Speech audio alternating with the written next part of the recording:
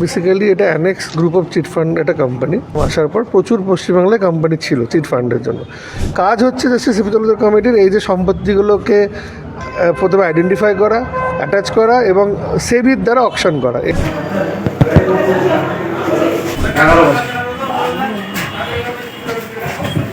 সেই কারণে অ্যানেক্স গ্রুপের যে প্রপার্টি অলরেডি দুটো নিলামে তাদের দুটো প্রপার্টি উঠেছিল, একটা বিক্রিও হয়ে গেছে, একটা অলরেডি প্রসেসে চলছে।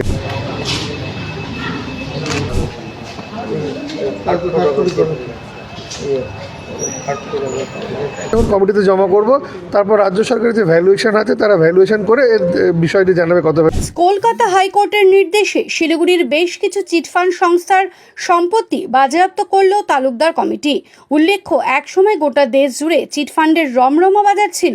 এরা সাধারণ মানুষকে প্রতারিত করে বাজার থেকে টাকা তুলত এবং সেই টাকা দিয়ে কোটি কোটি টাকা দিয়ে কিন্তু তাদের বেআইনি সম্পত্তি। সেই বেআইনি সম্পত্তি বাজেয়াপ্ত করার কাজ শুরু করেছে কলকাতা হাইকোর্ট দ্বারা নিযুক্ত তালুকদার কমিটি।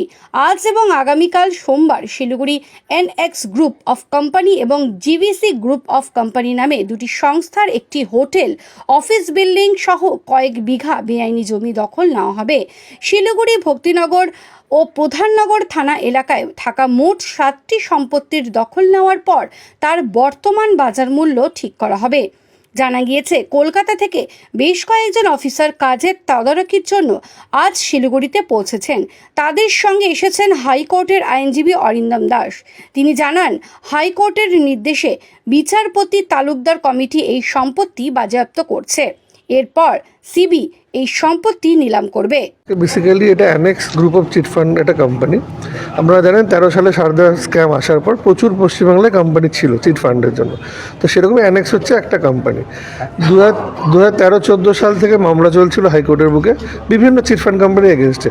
তার মধ্যে 54টা কোম্পানির যে বিষয়টা সেটা জাস্টিস এসপি তালুকদার কমিটি গঠন করে দিয়েছে কলকাতা হাইকোর্ট।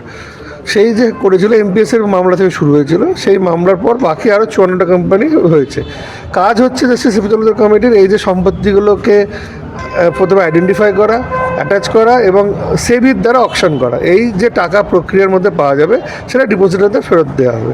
আজকে আমরা শিলিগুড়িতে এসেছি এই কারণে অ্যানেক্স গ্রুপের যে প্রপার্টি অলরেডি দুটো নিলামে তাদের দুটো প্রপার্টি উঠেছিল, একটা বিক্রিও হয়ে গেছে, একটা অলরেডি প্রসেসে চলছে। আমাদের কাছে যা খবর ছিল বা আমাদের কাছে সিবিআই থেকে যে ইনফরমেশন ছিল, সেবি ভেরিফিকেশন যা পাওয়া গেছিলো, তাতে এই যে আপনার আছে শিলিগুড়িতে একটা এখানে অফিস ছিল এবং কিছু তাদের ল্যান্ড প্রপার্টি আছে। আজকে আমরা এই শিলিগুড়ির যে অফিস সেটা ক্রোক করলাম, মানে আমরা অ্যাটাচ করলাম, দেখলাম এবং এটা নিলামের প্রক্রিয়ায় যাবে।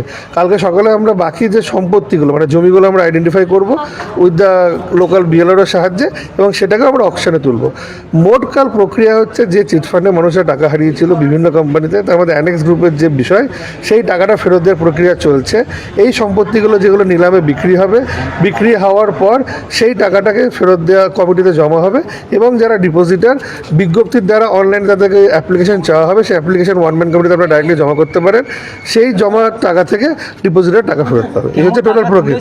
ভারতবর্ষের সব লোকের হিসাব আমাদের কাছে নেই, তবে সিবিআই সূত্র ধরে বা সেবি সূত্র ধরে এবং আমাদের যে হিসাব মোট 400 কোটি টাকা প্লাস এই টাকা তুলেছিল এই কোম্পানি।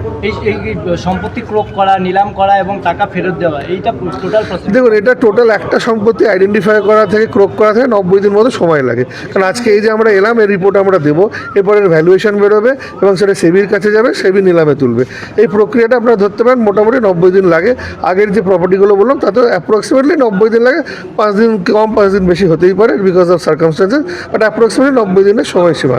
যারা যারা এই প্রপার্টি কিনতে ইচ্ছুক তারা সেবির ওয়েবসাইটে বিজ্ঞপ্তি পেয়ে যাবে।